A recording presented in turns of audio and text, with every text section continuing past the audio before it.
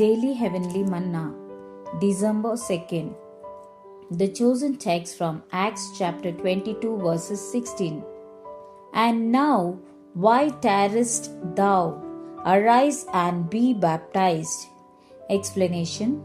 There is a directness in this address that is worthy of being copied by all who have an influence upon others and who are seeking to bring them along in the right way. Urge them to promptness, to full and complete obedience, to a full confession of the Lord and the truth. If they are not inclined to promptly obey after their eyes of faith have seen the Lord, and after their ears have heard his voice, they will be much less likely after a while, when the world and the flesh and the devil will say to them, do not be an extremist, be moderate, do not make a full consecration of yourself to the Lord. Your neighbors and friends will think you beside yourself, and it will interfere with your hopes and prospects, and turn your friends into enemies. It will cost you too much. Go slowly. Reprint number 2825. Amen. Welcome back to the Deep Dive. Today we're looking at something really specific, that pressure point of making an immediate commitment. Right. We've got this fascinating little source that pivots entirely on this urgent question from Acts. And now, why tarriest thou? Or, why are you waiting? And that's our whole mission here. We're not getting into the theology. We're here to pull out the pure strategy. Behavioral psychology of it. Exactly. The tactical wisdom in that call for directness. The source is basically a playbook for guiding someone to, full buy-in. And it argues that if you don't get that commitment right away, you're essentially just opening the door for failure. Okay, so let's dig into that, because the central warning is it's pretty stark. It is. It says that if someone has their eyes of faith, or, they've made the intellectual decision, but they still don't act, they become way, way less likely to ever do it. So what is it about that little pause, that hesitation, that makes it so much harder? Well, delay itself creates the perfect environment for the opposition to build its case. So it's not neutral ground. Not at all. The second you hesitate, the source notes these three powerful forces. It calls them the world and the flesh and the devil. They immediately start to mask their counter-arguments. And what's so clever is they don't try to win the initial debate.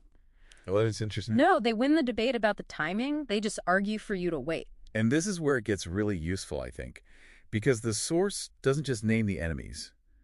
It basically transcribes their script. It gives you the literal talking points. Yeah. So if you're struggling with a decision, you are probably hearing this exact script in your own head. Precisely. And they're highly organized. They target two very specific vulnerabilities. Okay. Your internal fear of being an extremist and your external fear of the cost. Let's look at that internal fear first. The opposition attacks your dedication by appealing to social norms. Exactly. The voice says, do not be an extremist. Be moderate. It's trying to frame deep dedication as some kind of, dangerous fringe activity. Like you're going too far. And that idea of moderation leads right into the next argument, which is for half measures. It says, do not make a full consecration of yourself. So just dip your toe in the water. Don't dive in. Right. The suggestion is that partial commitment is safe, but total devotion is radical and just unnecessary. It tries to minimize the change you have to make. So once they've planted that seed of doubt about your own actions, they immediately weaponize the social consequences. Oh, yeah.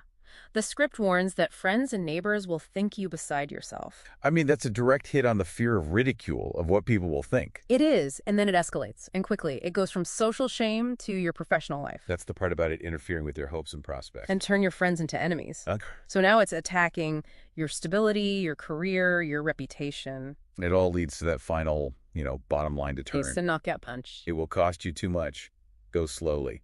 That phrase, go slowly, that seems to be the entire strategy. It is the entire strategy. And what's so fascinating here is that the source is basically an effective map of all the pressures that halt decisive action. It's a map of resistance. It is. It shows that the internal debate you're having is often won by these very rational sounding voices that are just playing on your fear of social cost and financial expense. Delay isn't passive. It's not a neutral waiting game. It's an active concession. You're giving those discouraging voices time to get stronger. So let's bring this all home. What does this mean for you, listening right now? Just think about any crucial decision you're currently delaying. A career pivot, a personal commitment, a health goal, anything. Now, which specific argument is that voice in your head using to tell you to go slowly? Is it the appeal to be moderate, the fear that it'll turn friends into enemies? Or is it that final cost-based argument? That's the question. Because the key insight from this whole deep dive is just recognizing that the voice of delay, well, it might not be the voice of prudence. It might just be the opposition reading its pre-written script.